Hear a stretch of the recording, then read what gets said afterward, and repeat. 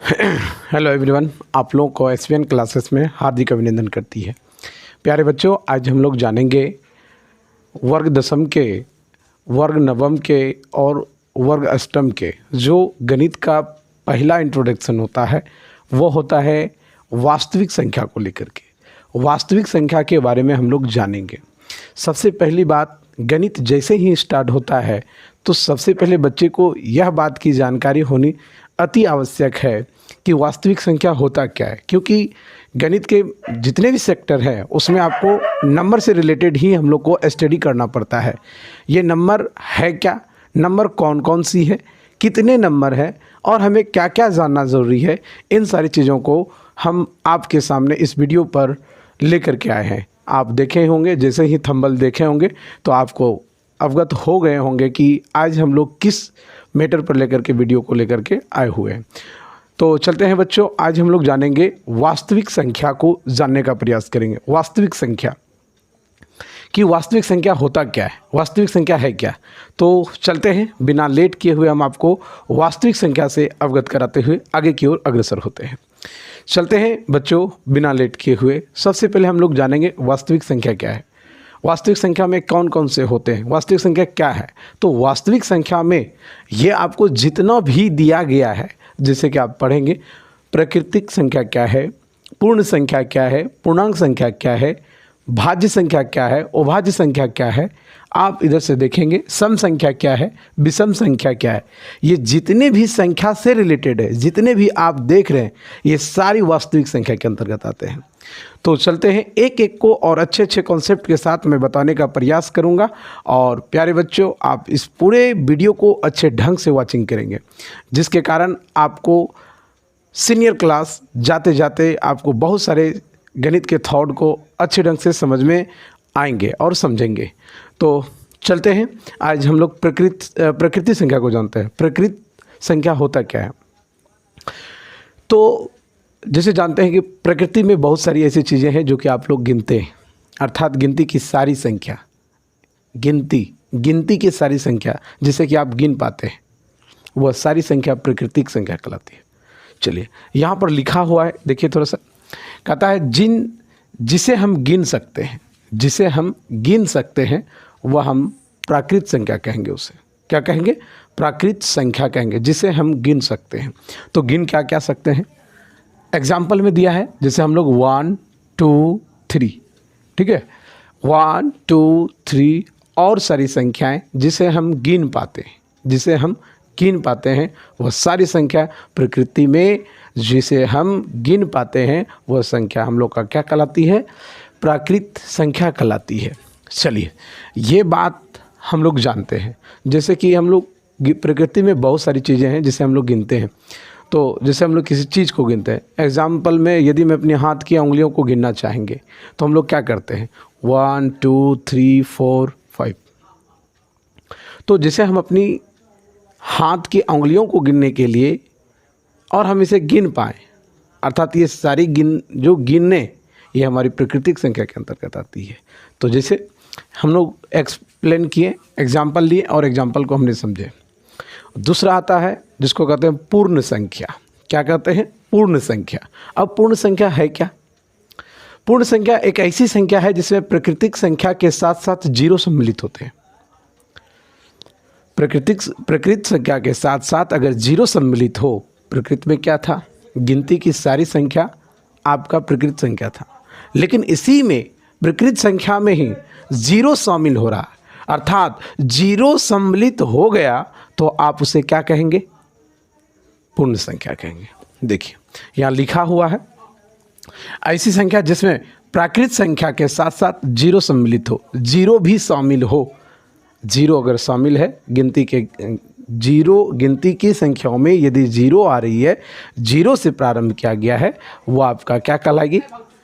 वह आपकी पूर्ण संख्या कहलाएगी। क्या कहलाएगी? पूर्ण संख्या कहलाएगी। अब चलता है, हम लोग इसके बाद वाली बात जो है वो एक पूर्णांक आ जाता है। अब पूर्णांक क्या है? पूर्णांक के अंतर्गत हम लोग जानेंगे कि प्राकृत संख्या और पूर्ण संख्या का सम्मिलित रूप।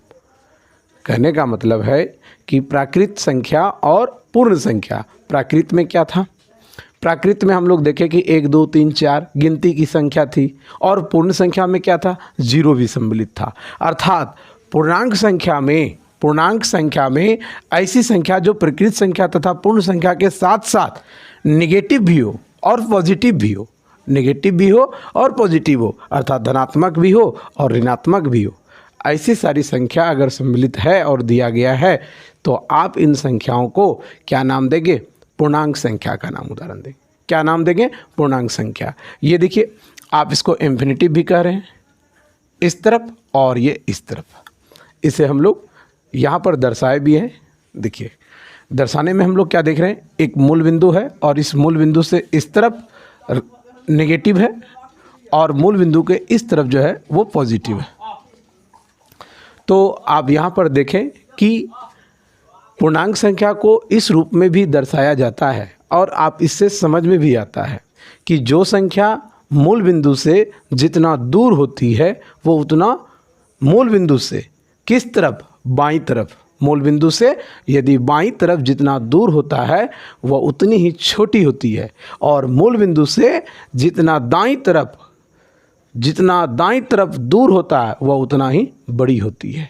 चलिए प्यारे बच्चों, इस बात को भी आप याद रखिएगा, ठीक है। तो चलते हैं, हम लोग जाने पूर्णांक संख्या क्या था, पूर्ण संख्या क्या था और प्राकृत संख्या क्या था। तो मैं इसे दोहराना चाहूँगा। प्राकृत संख्या क्या था?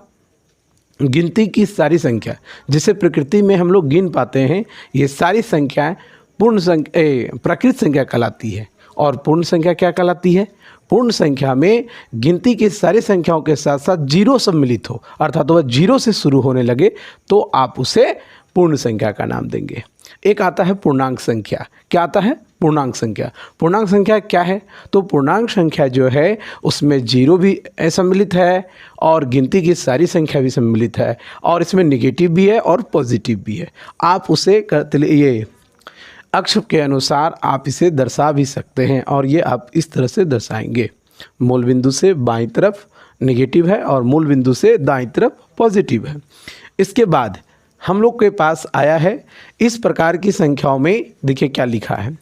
इस प्रकार की संख्या में नेगेटिव, पॉजिटिव और अनलिस्टेड होता है, अनलिमिटेड होता है। बहुत सारी संख्याएं जो कि हमें पूर्णांक संख्या के अंतर्गत जानेंगे। चलिए अब हम लोग को जानना है अभाज्य संख्या। अभाज्य संख्या जिसको हम प्राइम नंबर के नाम भी जानते हैं। प्राइम नंबर एक ऐसी संख्या जो खुद वैसी संख्या होगी जिसमें कि वह खुद, कहने का मतलब है एक ऐसी संख्या जिसमें खुद और एक से सिर्फ भाग लगे। कहने का मतलब जो भी संख्या हो। एग्जाम्पल में हम लेना चाहेंगे, जैसे हम कह दें कि हमने लिया 7। ओके, मैंने एक संख्या का उदाहरण लिया, वो संख्या क्या था? 7। अब ये एग्जाम्पल के थ्रू में मैंने 7 लिया और 7 में हमको कह रहा है कि अब भाग दे करके देखना है। 7 में हमने 7 से भाग दिया।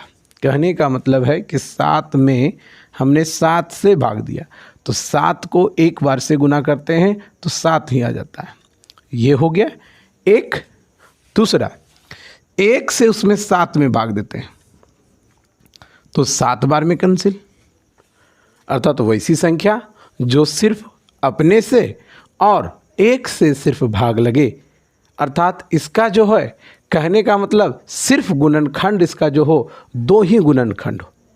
इसके कितने गुणनखंड हो? अगर 2 गुणनखंड हो रहे हैं सिर्फ, तो यह अभाज्य संख्याओं के अंतर्गत आते हैं। तो चलते हैं बच्चों, सबसे छोटी अभाज्य संख्या 2 है। सबसे छोटी अभाज्य संख्या क्या है? 2 है। ऐसा क्यों कहा? तो देखिए, अब हम बात करते हैं। 2 इसलिए कहा गया क्योंकि 2 में खुद भाग दीजिए, 2 हुआ। 2 में 2 से भाग दिया तो उसका भागफल 1 आया। देखिए, कहने का मतलब 2 में 2 से भाग दिए तो एक बार में 2 कैंसिल हो गया। उसके बाद हमको क्या करना है? 2 में 1 से भाग देना है, तो 2 बार में ये कैंसिल हो गया। 2 तो और किन्हीं संख्याओं से विभक्त नहीं हो पा रही है। अर्थात इसका कहने का रीज़न यही था कि वैसी संख्याएं जिसका गुणनखंड जो फैक्टर जो हो वो मात्र 2 हो, एक खुद और एक 1 से, तो ऐसी संख्या अभाज्य संख्या कहलाएगी। और सबसे छोटी अभाज्य संख्या पूछा जाएगा तो आपको बताना है 2 होता है। सिर्फ इसका जो फैक्टर होते हैं, कितने फैक्टर होते हैं, 2 गुणनखंड होते हैं। चलिए अब आता है संयुक्त संख्या। क्या आता है? संयुक्त संख्या। संयुक्त संख्या क्या होता है? यह ऐसी संख्या होती है जिसका जो फैक्टर है वो 3 से अधिक हो जाते हैं। 3 से अधिक हो जाता है, अर्थात 3 से अधिक अगर होने लगे तो हम उसको क्या कहेंगे? संयुक्त संख्या कहेंगे। संयुक्त संख्या का एग्जाम्पल क्या है? आप देख पा रहे हैं, जैसे कि मैंने एग्जाम्पल लिया, एग्जाम्पल में मैंने लिया 4, ओके, 4 लिया, तो 4 को हमको कम से कम 4 से, मतलब 4 या 3 से अधिक हो जाए, सीधा 3 से अधिक होने लगे जिसका खंडन, तो हम इसे संयुक्त संख्या के अंतर्गत जानेंगे। तो इसका देखिए क्या क्या है। इसको हमने एक से भाग दिया तो 4 बार में कैंसिल हो गया। दूसरा 4 को मैंने 2 से डिविजिबल किया तो ये भी हो गया। अब 4 को 4 से भाग दिए तो एक बार में 4 कैंसिल हो गया। अर्थात देखिए कितने इसका खंडन है, 1 2 3। इसका कहने का मतलब हुआ कम से कम अगर किसी भी संख्याओं का 3 गुणनखंड होने लगे, 3 बार ये कट जाए, तो आप इसे हम कहेंगे, क्या कहेंगे? उसे हम कहेंगे संयुक्त संख्या। क्या नाम देंगे उसका? संयुक्त संख्या। प्रथम संयुक्त संख्या का नाम 4 है, याद रखिएगा। क्यों है? क्योंकि आप 1 में भी 2 में देखें, 3 में देखें, नहीं हुआ। 4 में हमने देखा तो हमें पता चला कि 4 ही एक प्रथम है जो कि वो संयुक्त संख्या है। चलिए इन्हीं सारी संख्याओं को मिला करके, इन्हीं सारी संख्याओं के मिला करके एक वास्तविक संख्या है, समझना है हमें।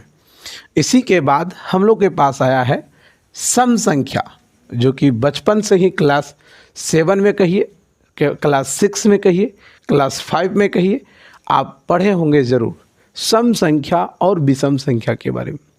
लेकिन आज थोड़ा सा स्टैंडर्ड सम संख्या, जो कि इवेन नंबर के नाम से जान रहे हैं, वह इवेन नंबर है क्या? वैसी संख्या जो कि 2 के गुणज में हो, वैसी संख्या जो कि 2 के गुणज में हो और उसमें 2 से भाग देने पर क्या हो? शेषफल जो हो 0 आना चाहिए। शेषफल क्या आना चाहिए? 0 आना चाहिए, अर्थात उसका जो रिमाइंडर है वो 0 है। अब इसका एग्जाम्पल है, एग्जाम्पल में हम लोग ले सकते हैं, जैसे मैंने 16 लिया, 18 लिया, अब इसमें मैंने 2 से भाग दिया तो 8 बार में ये आपका कट गया और शेषफल आपका क्या रहा? 0 रहा, r = 0 रहा। इसमें अगर 18 में लेते हैं तो 2 से डिविजिबल करते हैं 18 में तो आपका 9 बार में कट जाता है, अर्थात r = इसका भी 0 हो गया। कहने का मतलब है कि वैसी संख्याएं जो कि 2 से भाग देने पर उसका जो शेषफल हो वो आपका 0 हो जाना चाहिए। अब देखिए इसमें और एक इंटरेस्ट पॉइंट है। क्या पॉइंट है? कि 2 का अतिरिक्त किसी भी संख्या से, जैसे 3 है, 4 है, 5 है, तब उनके लिए एक होता है भाग का एक रूल होता है, जिसे हम लोग कहेंगे विभाजिता का नियम। उसमें आपको ये सारे बारे में, इन सारे चीज़ों के बारे में बताएंगे, ठीक है। तो सबसे पहले हम लोग सम को जाने। अब हम लोग इसके बाद, सम के बाद विषम के बारे में जानते हैं। विषम क्या होता है? विषम ऑड नंबर में होता है कि वैसी संख्या जिसमें 2 से भाग देने पर सदैव उसका रिमाइंडर 1 बचे। वैसी संख्या जिसमें 2 से भाग देने पर सदैव में रिमाइंडर 1 बचे, वो आपका जो है विषम संख्या कहलाएगी। क्या कहलाएगी? विषम संख्या कहलाएगी। तो चलते हैं इसका एग्जाम्पल ले लेते हैं। जैसे मैंने 17 लिया, 17 में 2 से भाग दिया, 8 दूना 16 हो गया, इसका रिमाइंडर 1 बच गया, अर्थात पूर्ण रूप से वो विभक्त ना हो, कुछ ना कुछ शेषफल बच जाए। नहीं, चलिए अब इसके बाद सम को हमने जाना, विषम को हमने जाना। अब हम लोग जानेंगे सम विषम के बाद आपके पास एक आता है दशमलव के बारे में।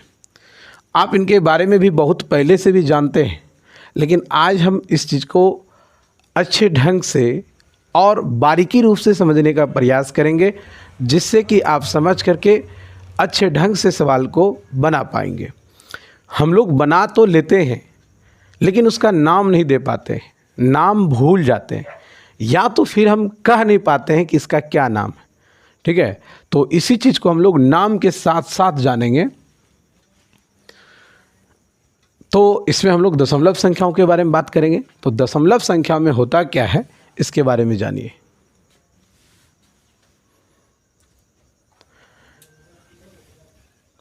देखिए, दशमलव का जो एग्जाम्पल है, इस एग्जाम्पलों में ये सारी बहुत सारी जहाँ की आप ये चीज़ को देख रहे हैं, ये पॉइंट जो देख रहे हैं, इन्हीं के कारण इसका नाम दशमलव पड़ा, जो कि जहाँ पर रखा गया, जो दे दिया अंक के बीच या अंक के आगे या अंक के पीछे, तो वो आप इन्हीं के कारण से इसका नाम दशमलव है।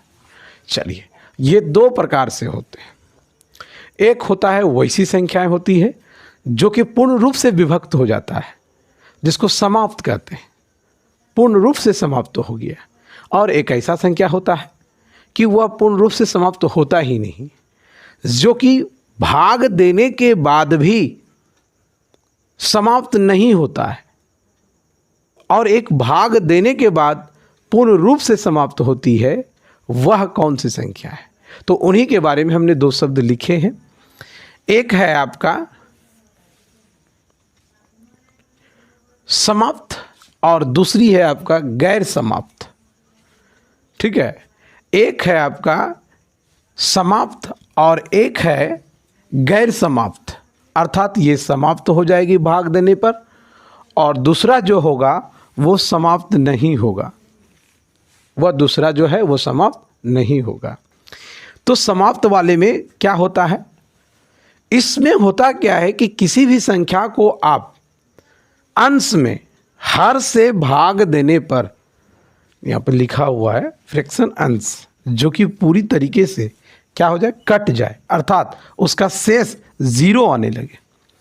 आप क्या किए, आप 5 में 2 से भाग दिए, तो 2 दूना 4 हो गया, यहाँ शेषफल 1 हुआ, दशमलव दिए, 0 लाए, और 5 बार में ये क्या हो गया, कट गया, अर्थात इसका जो वैल्यू हो गया 2.5 हो गया। अब उसी प्रकार से 7 में आपने 5 से भाग दिए, तो क्या हो गया, एक बार में आपने कटाएं, यहाँ पर आपका 5 आया, यहाँ पर आपका कितना हो गया 2। अब पॉइंट दिया आपने, यहाँ पर उतरा 0, और 4 5 20, आपका ये कैंसिल। आपका भाग देने पर अगर वह पूर्ण रूप से कट जाए, पूर्ण रूप से कट जाए, तो उसे आप क्या कहेंगे, समाप्ति। देखिए, समाप्ति का नाम देंगे। ये दो प्रकार से होते हैं, एक आपका समाप्ति होता है, एक होता है गैर समाप्ति।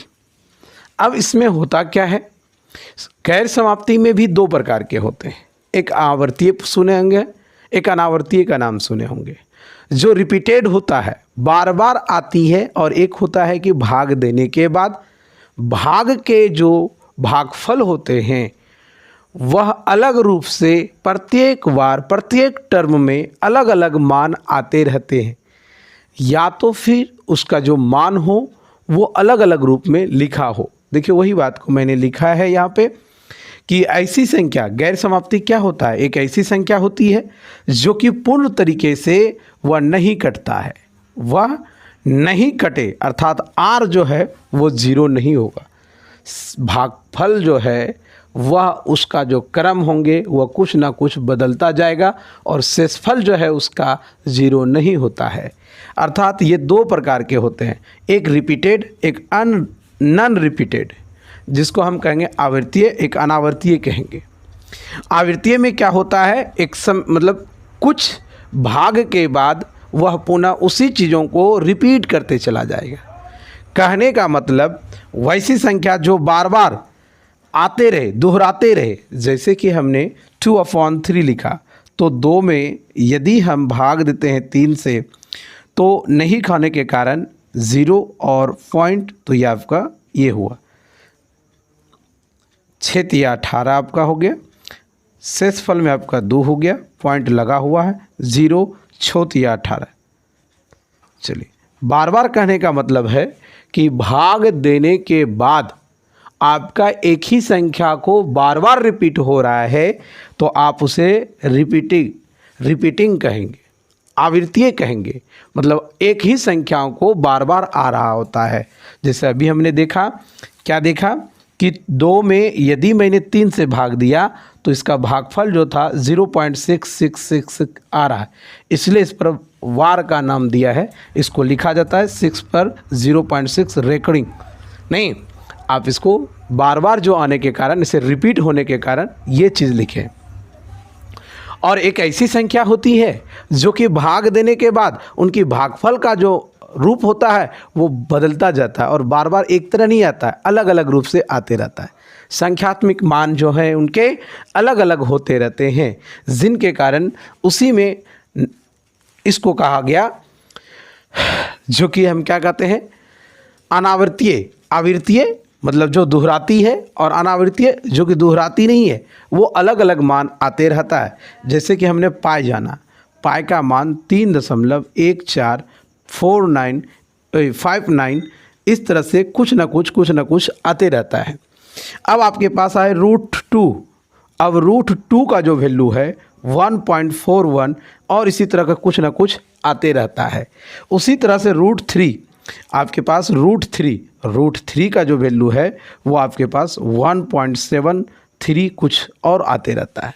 अर्थात जो भाग लगने के बाद उसका शेषफल 0 ना आए और भागफल जो हो वह उसका मान रिपीट ना हो करके अलग अलग संख्याएं आते रहे, ऐसे ही संख्याओं को आवृत्तीय और अनावृत्तीय का नाम दिया है।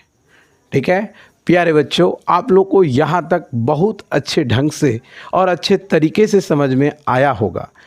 मुझे पूरा विश्वास है कि आपको इसी तरह का पूरे बारीकी रूप से एक एक करके आपको समझाते चलेंगे और आपका जो चैप्टर है वर्ग दशम, वर्ग 9th, वर्ग 8वीं की, ये सारे कॉन्सेप्ट में ये पहला चीज़ आता है जो कि गणित पढ़ने में सबसे अहम भूमिका निभाता है। तो मुझे पूरा विश्वास है कि आप लोग को अच्छे ढंग से समझ में आ रहा होगा। मैं जल्द से जल्द इसका सेकेंड वीडियो लेकर के आप लोग के बीच में उपस्थित रहूँगा। आज के लिए मैं आप लोग से विदा लेना चाहता हूँ। धन्यवाद।